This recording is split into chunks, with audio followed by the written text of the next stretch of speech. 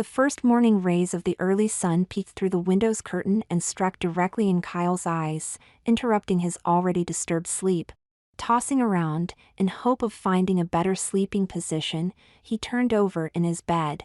The sharp alarm from his phone rang with a vengeance around the entire apartment and forced Kyle to turn it off with an impatient sigh, before falling back on the bed in slumber.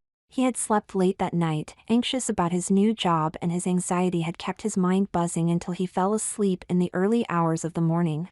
Kyle woke up with a start and realized that the second alarm seemed to be coming from the desk beside the door. The night version of Kyle seemed smarter than the sleep-addled one in the morning, as he pushed back his covers and went over to snap the alarm shut. Now, fully awake, he looked at the time, 6 a.m.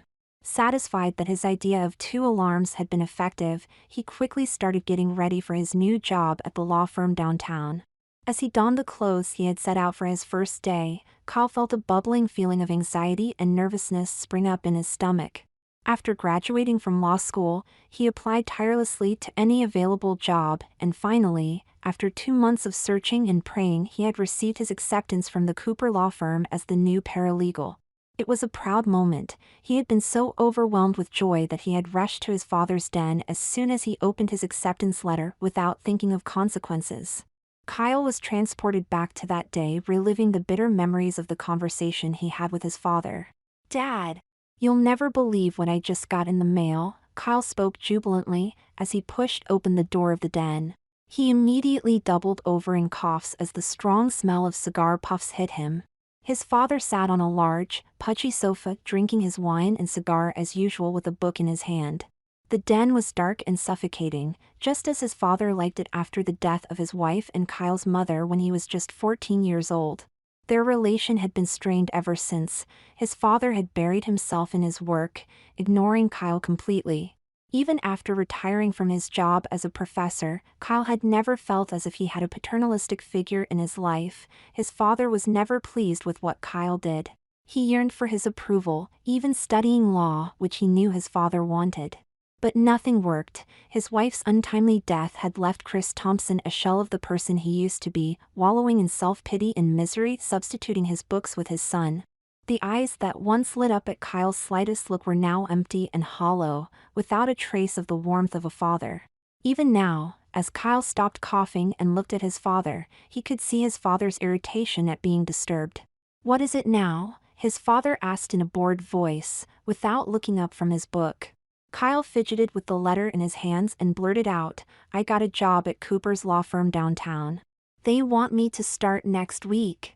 That finally got his attention, as his father closed the book with a snap and stood up. Kyle gave him the letter to scan. Kyle waited and waited as his father read the letter carefully. Minutes ticked by, with no response, which made Kyle uneasy and even more nervous, and he bit his lip as he braced himself for the final judgment. The den seemed to be getting stuffier with every moment as Kyle waited with bated breath to receive his father's praise. Finally, after 10 excruciatingly long minutes, which seemed like an eternity to Kyle, his father spoke up. "Well," clearing his throat, "good work, Kyle. Have you decided where you will live?"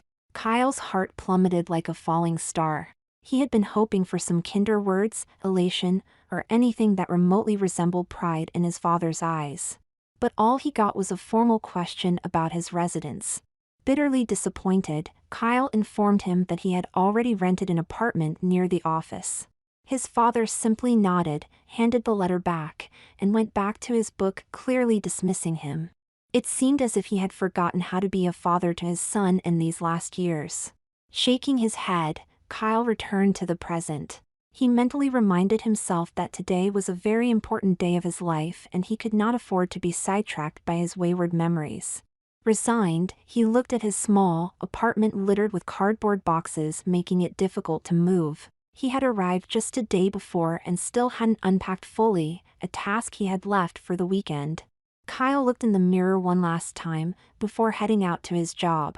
He saw a nervous, introverted 25-year-old staring back at him. His brown hair was gelled back in perfection, and his clothes were crisp and clean-cut.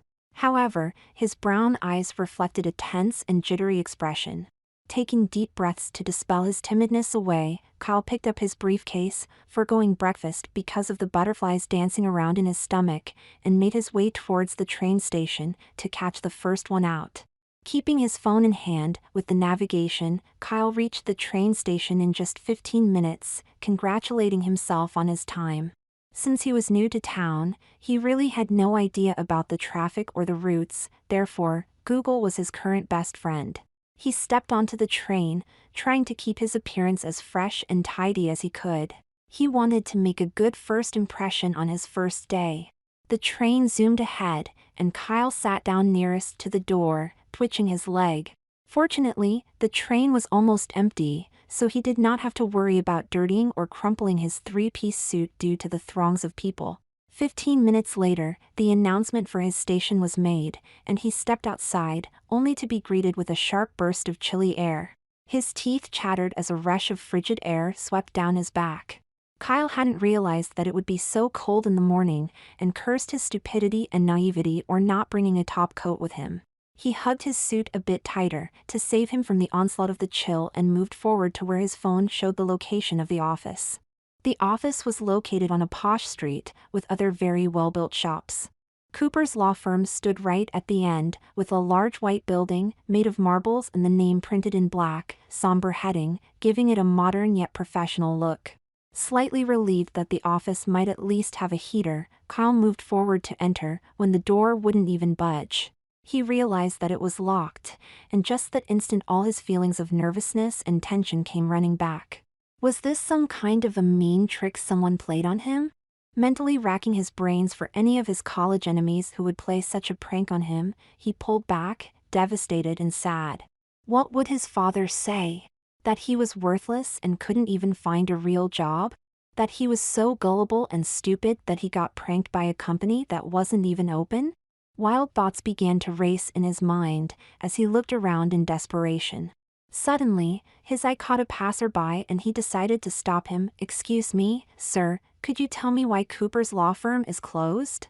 The passerby gave him a gentle smile and replied, "Son, you're not from around here, are you?" Amazed at his assumption, Kyle nodded and asked how he knew. "The offices around here usually open at 9. Seeing as it's just 7:30 right now, I guess you're a bit early," he explained. Kyle heaved a sigh of relief, scolding himself mentally for thinking the worst of every situation.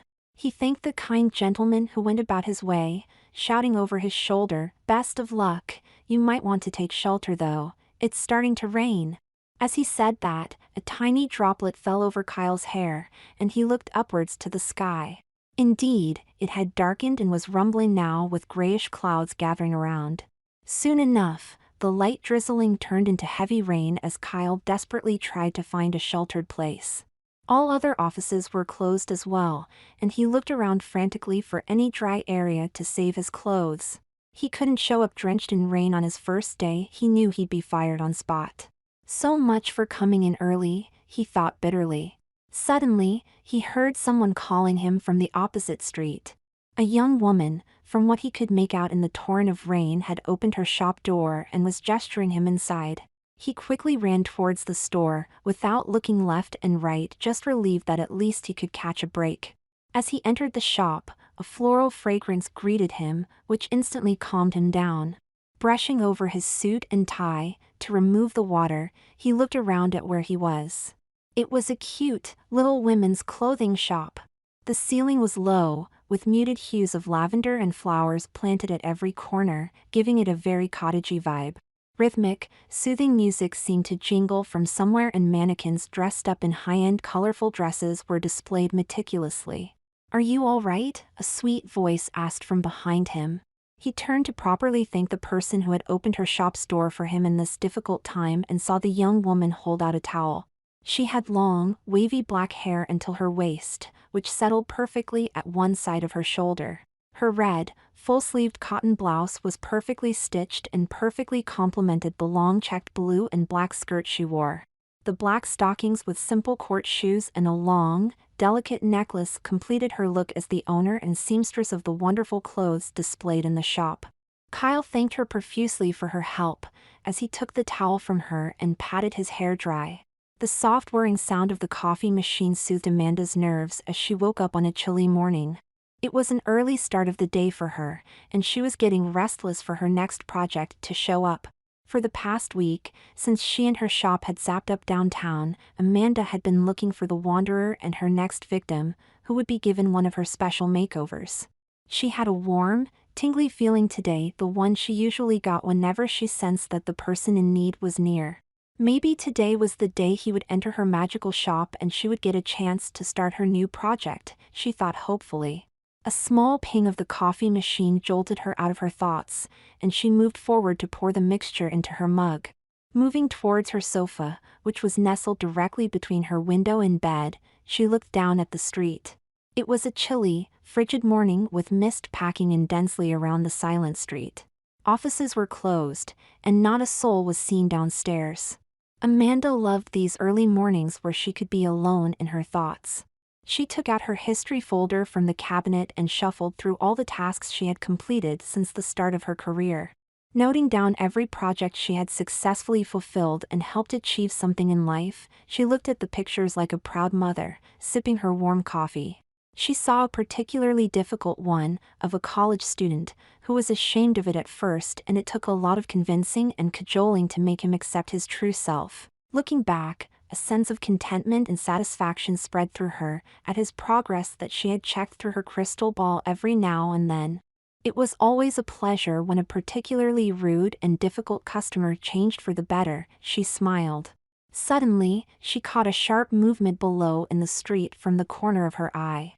Looking down, she saw a young, strapping gentleman with a crisp three-piece black suit making his way towards the law firm in front of her Amanda Kyler's store.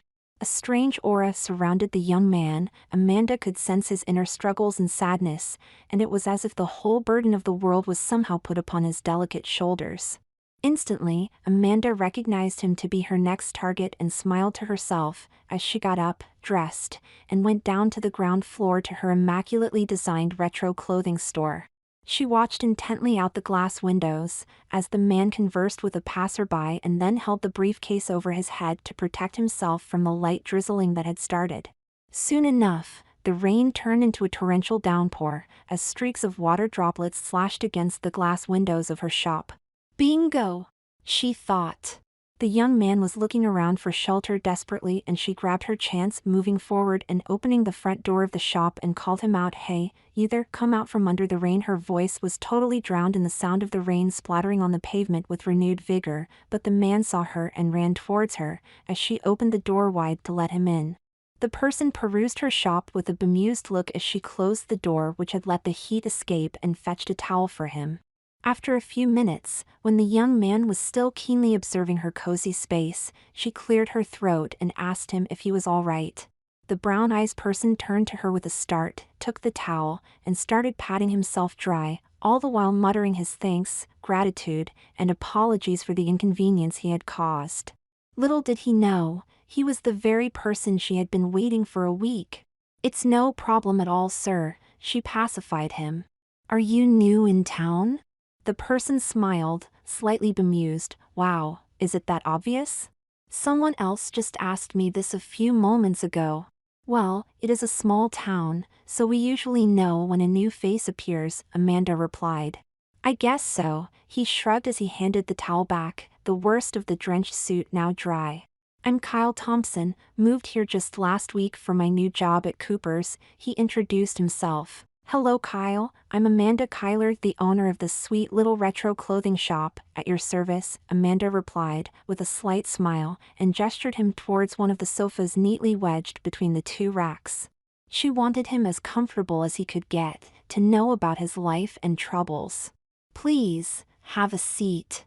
Cooper's won't open until an hour at least, and it's pouring like hell outside.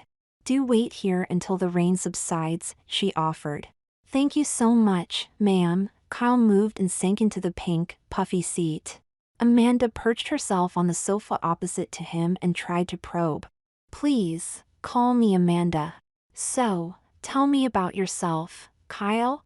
Kyle, who had been lost in his thoughts, quickly looked at her and answered, Oh, there's nothing much interesting about me. I just graduated law school and now I'm here for my job. What about your family? At this, she could sense Kyle hesitating and instantly realized that this was the topic she needed to question him on if she was to know his troubles. Kyle replied in a monotone, "Father's a retired professor from NYU. My mother died when I was 14. Nothing much interesting there to tell you. What about you? How long have you been running this store?" Kyle expertly tried to divert the topic. "Oh, it's been a long, long time. I can never keep track of the dates, you see. I'm always popping here and there where I'm needed," Amanda replied with a mysterious smile which made Kyle uneasy. Popping here and there? You mean like you have franchises all over the country?" Kyle's curiosity got the better of him. "You could say that. But enough chatting. Let me make you some tea, you're shivering from all that cold." "Oh no, you don't have to." Kyle tried to dissuade her, but she had a plan in her mind. Since Kyle was not opening up to her about his past and present troubles, she had just the trick for him. Paying no heed to Kyle's refusal of a tea, she bustled around in the kitchen at the far corner of the store. As she put the water to boil on the stove, she opened her special ingredients cabinet and took out the magical herb for truth. Kyle had moved on to roaming around the store looking at the dresses displayed, so she quickly powdered the root and added a pinch to his cup, inhaling the sweet aroma of the truth herb which would allow Kyle to let go of his inhibitions and speak to her candidly.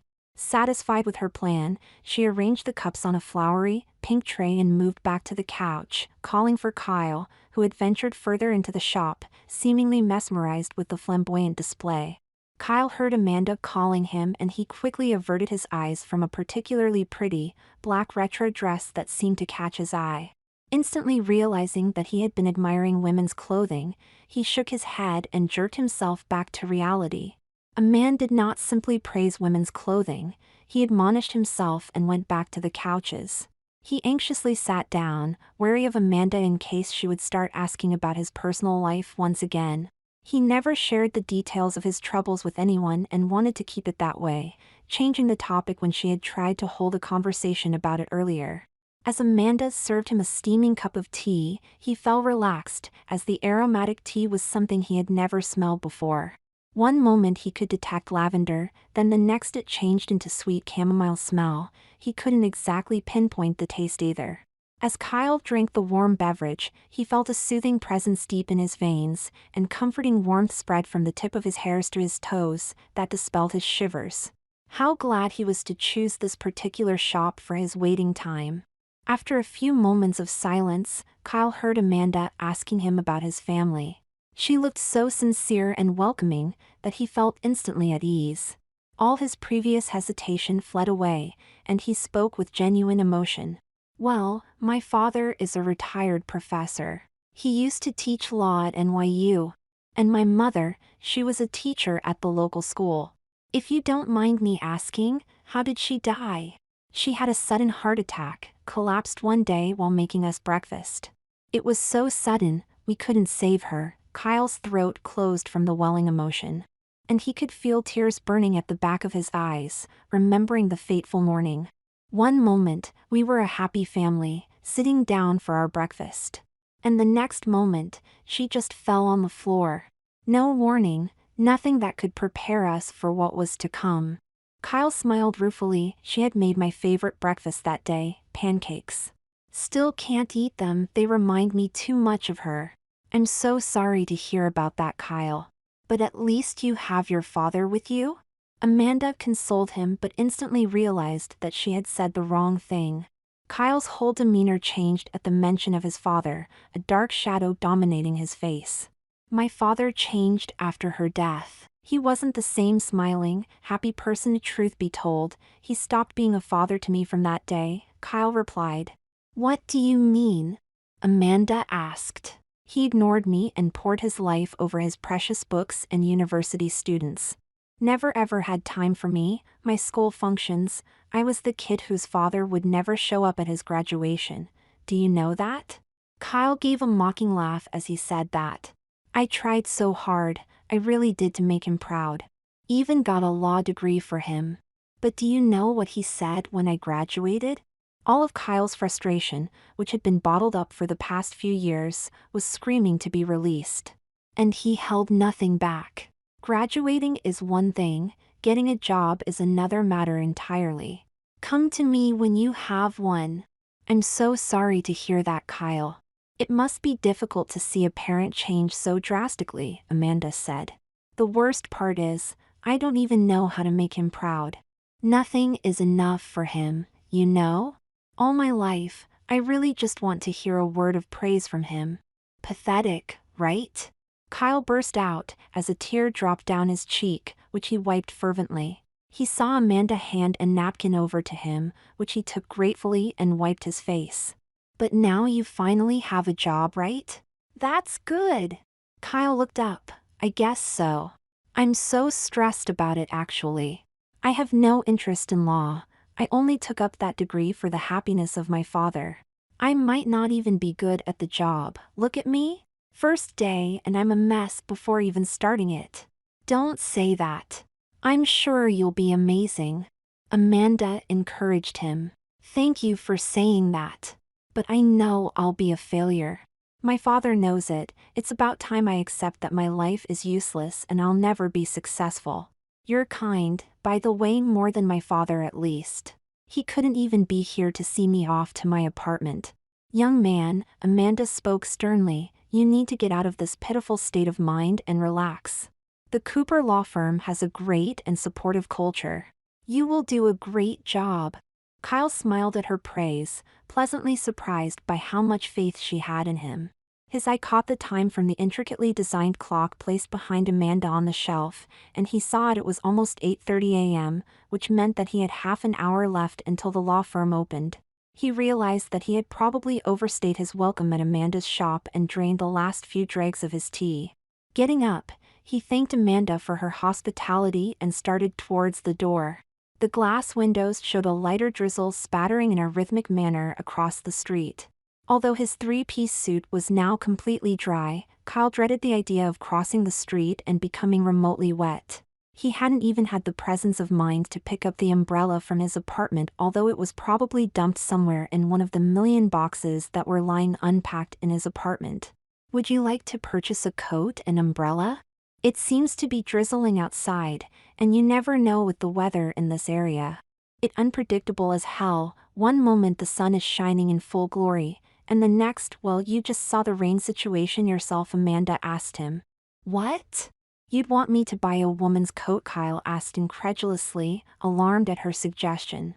What would his colleagues think if he just walked with a women's coat on? He would forever be the brunt of office jokes. Amanda gave him a short, quirky smile, exactly, and then snapped her fingers, eliciting a sharp sound that echoed in the shop. Kyle looked at her as if she had completely lost her mind. Why would you snap your fingers like that? He asked. You'll see, she replied, mysteriously. Just as Kyle was wrapping his head around the fact that Amanda might be crazy, a sharp swishing sound came from the back of the shop. Intrigued, Kyle moved forward to see the source of it and reeled back as he saw a black and red lady's coat, flying towards him with great speed. The big structure resembled a bat as it moved and wrapped itself around Kyle, binding him in such a way that he wasn't able to move his arms at all, the buttons fastening on their own. Amanda just stood there in the corner, watching him with a thoroughly satisfied smile plastered upon her face. Kyle tried bucking the damn thing off, still trying to make sense of what was happening. He must be dreaming. He realized, yes, he was still fast asleep in his shitty new bed and the stress of the new job was giving him lucid dreams. How could a lady's coat fly and fasten the buttons around him unless magic existed? Did it? He quickly pushed the wayward thought out of his head as he felt himself being lifted a few feet off the ground. Panic and hysteria clouded his vision as he closed his eyes. Screwing them shut tightly, he prayed and hoped that he would be back in his bed once he opened them again. A strange feeling of being shrunk spread throughout Kyle as his body reduced in length but expanded in places such as his chest and hips.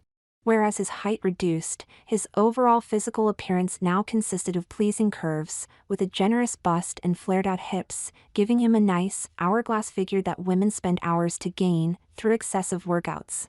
His nether regions changed from male anatomy into female ones. Accompanied by his drastic bodily changes, his clothes began to shred and weave themselves at a rapid pace. His white undershirt ripped, shrunk and sewed itself into a white, lacy bra that was soft and cupped his large breasts. His boxers also slowly moved upwards until they transformed into white, matching panties as the bra a completely innocent yet alluring set. His white socks changed color to black and slithered up his shapely, toned legs and reached his thighs where they were fastened by a garter belt. The black pants he wore, shredded at the seams, and then merged together to form a large black, ample skirt billowing around his legs. The edge of the skirt merged with the bottom of his shirt to form one continuous block of cloth as a long black dress plastered with red crisscross patterns hugged his newly formed figure like a glove. His black belt flew open and wound itself above his new dress, the buckle cinching tightly at the waist to give a pretty shape to the dress. The suit jacket that Kyle had worn shrunk and turned into a red, velvet bolero jacket that covered his delicate shoulders and arms until his elbows over his strapless dress. His shiny, black leather shoes, which he had spent over an hour polishing last night, were shrunk into cute little court shoes, with a golden buckle attached on the top to give a professional look, with a 3-inch high block heel. "What is happening?" Kyle burst out, still not opening his eyes for the fear of what would happen if he did. "Nothing much, let the makeover finish, you'll get your answers soon enough," he heard Amanda's excited voice reply to him. Soon enough, items from a different section of the store started flying off their shelves and ornately settling onto Kyle, making him even more pretty. Black, satin gloves settled themselves into his hands, covering his neatly manicured nails, painted with bright red nail color. The gloves had a white lace underneath the fingers and a cute white bow at the edge of the hands, which gripped a black and red umbrella that had unhinged itself from its carrier and had deposited itself into Kyle's right hand. The fingers of his other hand curled around a small leather bag, with a matching golden clasp as his shoes. Jewelry consisting of an intricate double-stranded pearl necklace wound its way around Kyle's delicate, pale neck, accompanied by dollops of pearl earrings on his ears' lobes to complete the look. A few moments later, makeup from the rack behind the dresses flew closer and applied itself to Kyle's face. A perfectly blended, luminous foundation and matte powder applied itself like magic, followed by a dark, maroon lipstick on his full, pouty lips and pink blush on his round, plump cheeks made him look irresistibly pretty. His eyelashes were naturally elongated and thick, only one layer of mascara was needed to give them an oomph factor. The brown hair, which had elongated until his shoulders now, crept up in a classy bun hairstyle, suitable for sophisticated outings, overlaid with a bright, maroon lady's hat. Finally, Kyle felt a wide set of black petticoats settling beneath his dress, flaring it further to form its distinctive shape and puffing it with a voluminous flare. As Kyle felt his feet finally returning to the floor, and the coat binding him give way, he opened his eyes. Standing in front of him was Amanda with a floor-length mirror in which he saw himself completely transformed. He had the same eyes, but the rest of him was completely unrecognizable. "What is all this?" he asked, his voice shaking with disbelief as he heard himself. The manly voice had completely turned into a ladylike, high-pitched sound. "This, Carly, is the real you," Amanda replied. "Are you crazy? You're a witch, aren't you? Turn me back this instant," Kyle demanded, anger creeping up in him as he looked at his beautiful new gown, fluttering about. He could see that he had been turned into a beautiful woman, but did not want to give Amanda the satisfaction, therefore, he kept his face stoic and resentful. "Yes, I am a witch. But that is neither here nor there. The important thing is that you have finally been given a chance to live your true life. As a woman," she explained. "Excuse me? True life? You're crazy," he resisted, although it did sound like a positive prospect. Amanda gave a sigh and explained, "Look, Carly, you might have lived your whole life as a man, but look back upon it. You were never happy, you never felt worthy of your father's raise. Deep down, you have always yearned to be a strong woman, who can achieve her dreams." As Kyle thought about Amanda's words, he realized that she was right. Not only had Kyle always felt suffocated in his life, but he wanted to be praised and admired. Maybe his father would finally be proud of him now? Not to mention that wearing a skirt that fluttered around with a single movement of his legs got him feeling extremely excited. A small smile escaped him as a voice rang inside his head. "This is what you always wanted, Kyle. You can finally find some peace and admiration as a woman," his subconscious cajoled him. The voice that negated this seemed to be getting smaller and smaller with every passing moment, and Amanda raised her hand to her mouth and blew a cloud of powdery dust all over him. As the dust settled and sprinkled over him, it disappeared, and Kyle felt all hesitations disappear alongside it. The Carly in the mirror gave her a timid smile, and she let go of his inhibitions and disagreements. She was now Carly Thompson, daughter of Chris Thompson, on her way to her first day at her new job as a secretary of a law firm. Her dress, coat, and other accessories were perfect for the occasion, as Carly scrutinized each and every detail closely. The long lady's coat was pitch black, shorter in the front, and long at the back, which allowed her red skirt underneath to peek from below. There was a red belt wound around her waist with a bow on the left side, as golden buttons fastened over the top and a red collar peeked out from the sides of her neck. Finally, after 10 minutes, she patted her hair to fluff them up and turned to thank Amanda. "I can't thank you enough for what you've done for me," she said. "How much do I owe you?" Amanda walked towards the counter and rang up her bill, which Carly paid from her new, shiny purse. Amanda just smiled and waved her off. "It was my pleasure. Now off you go, you don't want to be late for your first day." Carly walked to the front door, confident and poised, opened her umbrella as she stepped out of Amanda's. She looked back at Amanda one last time, gave her a short nod which she returned with a smile, and moved across the street towards the law firm. Amanda sat back on her couch as she celebrated her newest sale with a cup of another tea. A sense of accomplishment trickled down her veins as she fetched her crystal ball and tracked the performance of her newest project. Waving her hands in a series of complex maneuvers and muttering the spell under her breath, she waited until the foggy crystal cleared and showed her what she was seeking.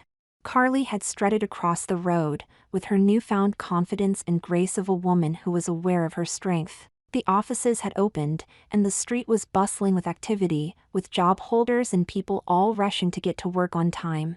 However, Amanda could see the effect that Carly was having on every man, who seemed to stop short of what they were doing to glance at her. Feeling satisfied at the effectiveness of her makeover, she looked on as Carly reached the door of the law firm. Two guys, who were casually sipping their coffee, saw Carly approaching and quickly opened the door for her. They seemed to be completely enthralled by her beauty and quickly engaged her in a conversation about helping her around the office and showing her the town. Amanda gave herself a congratulatory pat on the back as she realized that Carly was going to rock her first day and have all the male members completely wrapped around her finger. She laughed and thought out loud, owning a shop where the clothes choose the customer is really the best way to do business. She then performed another spell, and the crystal ball showed her Chris Thompson in a dark den smoking a cigar and looking out the window. He looked depressed, as if a heavy cloud of misery had permanently settled around him. Books were strewn haphazardly across his reading table, and he did not seem bothered by the mess. It seemed like Chris Thompson had lost the will to live, not even for his son. Turning away from the crystal, she took out a mail package from under the billing counter. Opening it, she snapped her fingers and a lovely, blue coat flew in the package, along with a fully customized makeup box, accessories, and undergarments. The package wrapped itself in a shiny silver paper with the name Amanda Kyler's store embossed on it in flowery font, which sparkled. "Let's make it a 2-for-1, shall we?" she said out loud, all the while giggling at her ingenious plan. She addressed it to Carly's father's house and waited for the postman to arrive. After an hour of waiting, he finally did, and Amanda posted it instructing the postman to be extra careful with the package and to deliver it straight away. She couldn't wait for her next project to commence, Amanda thought gleefully as she saw the postman right away. She turned back to settle down for a long day of waiting and serving her customers. Chris looked down at the book in his hands and let out a pained sigh. It had been over an hour and he was still going over the same lines over and over again, without actually absorbing what the author was saying. His thoughts strayed towards his son, Kyle, who had moved out just yesterday in order to be closer to his job in a law firm. He remembered how hopeful Kyle had looked when he announced his acceptance in this very den and how he had frozen up at his jubilant face and uttered a solemn congrats. Cursing himself for being so unfeeling and heartless, Chris shut down his book with a loud snap and placed it on the table. When had he lost connection with his son? He mused while smoking his cigar. Was it when his wife had died? But he had retired from NYU in order to be closer to his son, hadn't he? His inner thoughts clashed with each other and further exacerbated his turmoil. How had it all gotten so wrong? He had retired from NYU early to be a good father for Kyle. But it seemed as if he had forgotten how to be one after the death of his beloved and dear wife, April. He looked at Kyle, an exact replica of April, and his heart would immediately drown in an avalanche of sorrow and grief. He wondered what Kyle would be doing at the moment, unpacking perhaps. It was late at night and he was supposed to start his job tomorrow morning. Maybe I should give him a call, Chris thought, ask about his apartment. Yes, I'll do that. Excited, he pushed off from the pudgy sofa in his den and picked up his mobile, sifting through his contacts until his thumb finally landed on Kyle. Instantly, a rush of panic and sadness gripped his heart as he saw Kyle's picture. His thumb hovered over the dial button, refusing to press it, and Chris knew then and there that he would never be able to salvage the relationship with his son. He was too late. Suddenly, the mobile emitted a loud ring, shocking Chris to a degree that it slipped from his fingers and landed on the soft carpet with a thud. Cursing out loud, he picked and attended the call of his former colleague, who shouted into the phone, "Chris, how are you?" "I'm very well, Thomas. How are you?" "Great, I'm great, old chap. Just checking in if you're on for tomorrow's professors' reunion at the old university." Bugger. Chris thought he had forgotten all about the retired professors' reunion being held at the community center tomorrow.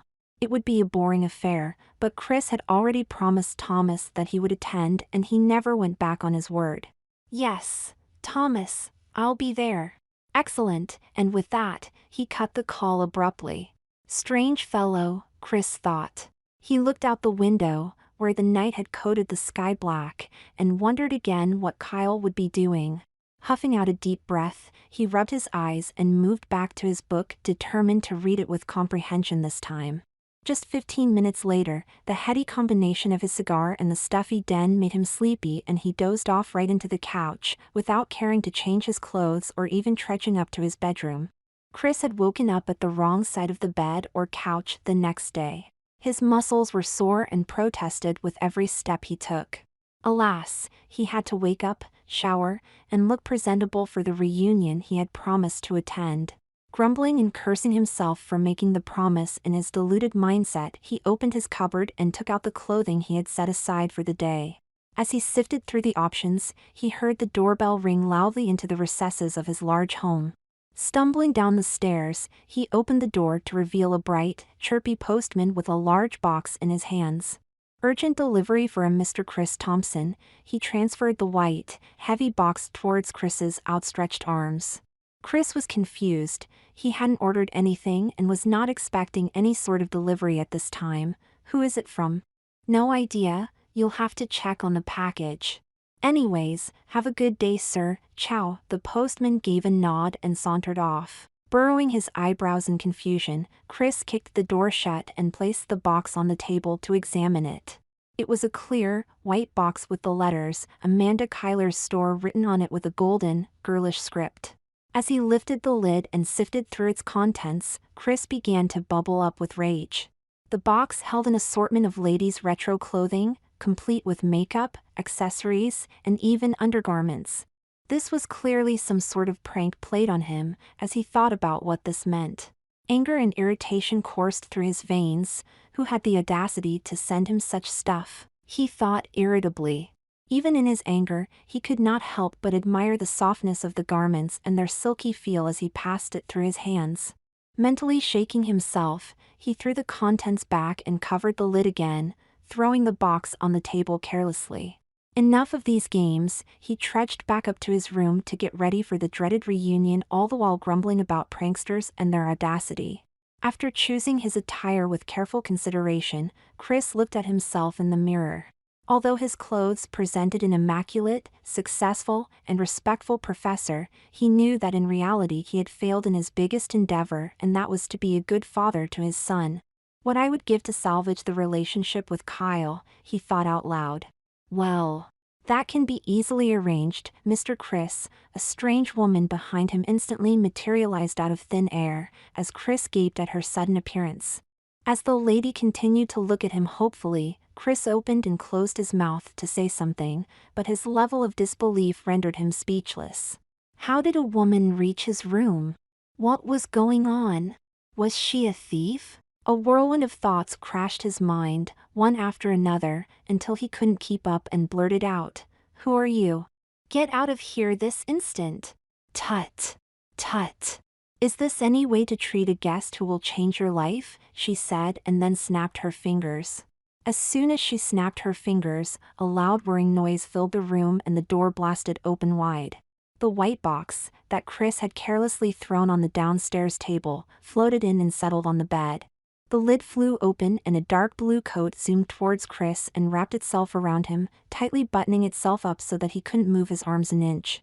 "I'm Amanda, by the way," the woman spoke out as Chris was lifted from the ground, and she looked on as materials from the box hovered and attached themselves to him. Chris could not move or resist at all as the change occurred. His body shrunk down, and his arms and legs became shorter, whereas his chest grew two large breasts, making his shirt tighter around that area. He could feel a major difference in his nether regions, as they moved inwards and changed from male parts to female ones, making his boxers loose. His undergarments also shrunk and changed into bra and panties. The thin, wispy brown hair elongated and settled in a voluminous heap all around his face till his neck. Then, Chris saw his white button shirt change in color to navy blue, as a row of dainty, pearl buttons emerged in the front, instead of his somber buttons, and the shirt shrunk itself around his breasts, perfectly encapsulating them in a tight grip, with a white collar. The sleeves also shortened till his elbows, and his cardigan vanished into thin air. The khaki pants he had worn simultaneously changed color to the same blue as the shirt above and tore themselves at the inner seams, and then were sewed back a second later in the shape of a skirt which was joined meticulously at the waist with the upper shirt, making it a continuous frock with pleats all around, cinched tightly at the waist. His house shoes transformed into delicate womanly ones, with block heels, laces and closed toes ends in a color combination of blue and white, matching perfectly with his dress. A pair of lovely, soft, and white tights crept up his legs, slowly covering his shapely legs, as did white gloves over his hands. Once the dress was complete, makeup from the bag floated around and hovered in front of Chris's face, applying powder, blush, and red lipstick to paint his face into a cute, motherly look. Simultaneously, a matching set of pearl necklace and studs implanted themselves on his neck and ears. A blow-dryer made up his hair into a sleek pushed-back look with the edges curled outwards as a blue, classic pillbox hat settled over them. A blue, small bag and narrow brown spectacles shaped like almonds completed the look for him. After the clothes were transformed, Chris was slowly lowered to the ground and the coat released its binding on him. As he looked in the mirror, he was flabbergasted at what, or rather, who was looking back at him. A middle-aged, womanly figure with kind, warm eyes looked back, complete in a retro blue gown that fluttered around when Chris moved. "What have you done to me?" Chris tried to rage at Amanda, but what came out was a squeaky, womanly voice, which shook with emotion and disbelief. Now. Is that the way to talk to someone who is giving you a second chance with your son, or should I say daughter?" she replied chagrined. "Wah, what do you mean?" Chris asked. "Just that you are now the proud mother of your daughter. I know what has always been in your heart. You have always wanted to salvage your relationship with your son. And this is how you will be able to do it." "I don't understand." Chris looked at Amanda, still doubtful. "You have always struggled with connecting with your child, Cynthia. And the reason behind that is you were never comfortable in your own skin. You had motherly instincts, but the shell of a male attire and its corresponding attributes always held you back from actually forging a relationship with your child," she explained. Chris thought over her words and realized that what she said had an inkling of truth in it. But, still, He could not accept that all his life would be upturned in just a blink of an eye. But I just can't accept this, even though what you're saying is right, he denied her. Amanda just smiled and blew a golden duty powder over him, which settled on his face as he scrunched his eyes shut. Well, then, I'll just have to nudge you along. Like father, like son. As the powder settled over Chris, all his inhibitions vanished, and SHE smiled. She was now Cynthia Thompson, a former elementary school teacher who simply adored kids. She had retired as a teacher and had one daughter, Carly Thompson. Her husband had tragically passed away, but she was a strong woman who loved her daughter. Oh, I almost forgot about this last part, Amanda added and waved her hand as a white petticoat materialized under Cynthia's skirt and plumped it out further. Cynthia twirled around and felt amazing at the feel of the soft fabric against her legs. Thanking Amanda incessantly, Cynthia looked at herself one last time to check her appearance. She was after all going to her elementary school reunion, so she needed to look her absolute best. Satisfied with what she saw, she moved with grace and poise, took a cab and made her way towards the school, eager to meet with the others and show off her clothes and jewelry. Cynthia had just settled into her sunroom when the doorbell rang with a loud cacophony in her ears. She was crocheting a new sweater for her daughter, Carly, today and was pleased with her progress. Crocheting soothed her nerves, and the wide, spacious sunroom was just the right place for it. Early in the morning, she would take her breakfast and then move to the sunroom as the rays of sun floated through the wide windows and the chirps of the birds filled the room with a melodious, rhythmic sound. Cynthia was happiest when she was crocheting something here. The room, and in fact, her whole house, was filled with quilts, clothes, and knickknacks that she crafted in her spare time. As the bell rang again, Cynthia placed her half-completed sweater on the side table and went downstairs to open the door. The sight that greeted her instantly brought a smile to her face as her daughter, Carly, swept in and hugged her tight. "Mother! I missed you so much." Carly's voice was muffled as she spoke into her mother's shoulder. Cynthia hugged Carly tightly, never wanting to let go. It had been a week since she had gone off downtown for her job as the secretary in a law firm. Cynthia had missed her so much that she had contemplated shifting with Carly many times, however, decided against it as she loved her small, quaint home. "I missed you too, darling. Here, let me see you properly." She scrutinized Carly and saw that her face indeed reflected happiness and contentment. "I need to feed you properly. You've lost so much weight. Come inside and I'll make you breakfast." "I'd like nothing more than to eat your breakfast, Mom. I've literally been dreaming about it for a week." Both sauntered towards the kitchen as Cynthia got busy in making Carly her favorite pancakes as she settled on the table. "In fact, let's go out for a picnic together, Mother. What do you think? Should I start preparing a basket?" Cynthia felt a burst of joy in her heart at Carly's suggestion. Not only had Carly missed her but was also suggesting going for a picnic with her, which had always been their Sunday ritual. "Absolutely. You pack the fruits and I'll take care of these." She nodded towards the pancakes on the stove. Once the basket was prepared, Carly piped up, "Let's get dressed in matching outfits, just like we used to." Cynthia agreed and they both climbed up the stairs and chose the outfits that they would wear for the picnic. Cynthia was clad in a baby pink dress, with flowery patterns all over it, which was fitted at the chest area and then flared out beneath the waist. The sleeves were puffed out at the shoulders and reached till her wrists. A light gray shawl adorned her shoulders to combat the chill in the air, and she wore pink, short heels that would be easy to walk in and also give her a sense of grace. Her white stockinged feet peeked out from below the flowery, long dress as she twirled around to give her daughter a show. Carly laughed and clapped. "You look perfect. Just add this pearl necklace and you're a vision." Cynthia obliged and wore the necklace. Next, it was time to choose Carly's dress. They both decided on a pink-colored one for her too. She wore a matching, dark pink gown, with the same flowery patterns on it, with puffy sleeves and a light blue-colored shawl which was lightly textured with glitter. Her gown had a white petticoat underneath, which gave a poofy look, and the lower part of the dress swished about when she moved.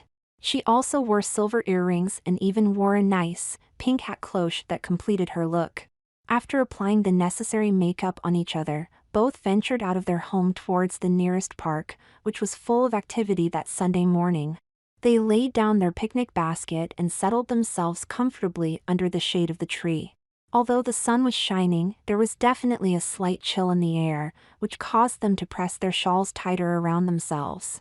"So, Carly, tell me all about your new job.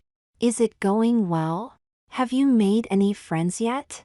Cynthia shot out one question after another, so eager she was to gain insights into her daughter's new life. Carly, with her mouth full of her mother's delicious pancakes, swallowed quickly and gave a burst of tinkling laughter. "Slow down, mother. Everything is great. The people in the office are extremely welcoming. Do you know, on my first day, a gentleman offered to show me around the office, and the next day another one offered me to show around the town." Cynthia furrowed her eyebrows at that. "You need to be careful around boys, Carly." "I know, mother. I'm a big girl, please don't worry. I have made tons of new friends and my boss is very happy with my work. He says I might get a promotion within the next 6 months if I keep working hard." Cynthia's heart burst with pride as she heard how successful her daughter might become. All her efforts in raising her daughter had finally paid off. She was now a strong, independent woman who was doing well in life. "Speaking of boys, I might have heard something about a certain gentleman you met at your school reunion. I want to hear all about that, mother." Cynthia blushed, thinking back to the day of the reunion, where she had met a university professor with whom she had hit off, and then he had asked her out on a date. "Well, he is the same age as me, obviously. His name is Thomas and he retired from NYU some years back. We actually have a date tonight," Cynthia explained, with a blush coating her face red. "Then it seems that I came back on the right day. When we get back, I'm giving you a glam makeover so that you're ready for your amazing date." Cynthia just laughed and nodded, glad that her daughter did not seem revolted by the idea of her mom dating at this age. Her heart was full of contentment. Her daughter was flourishing. She had a date tonight. Life was good.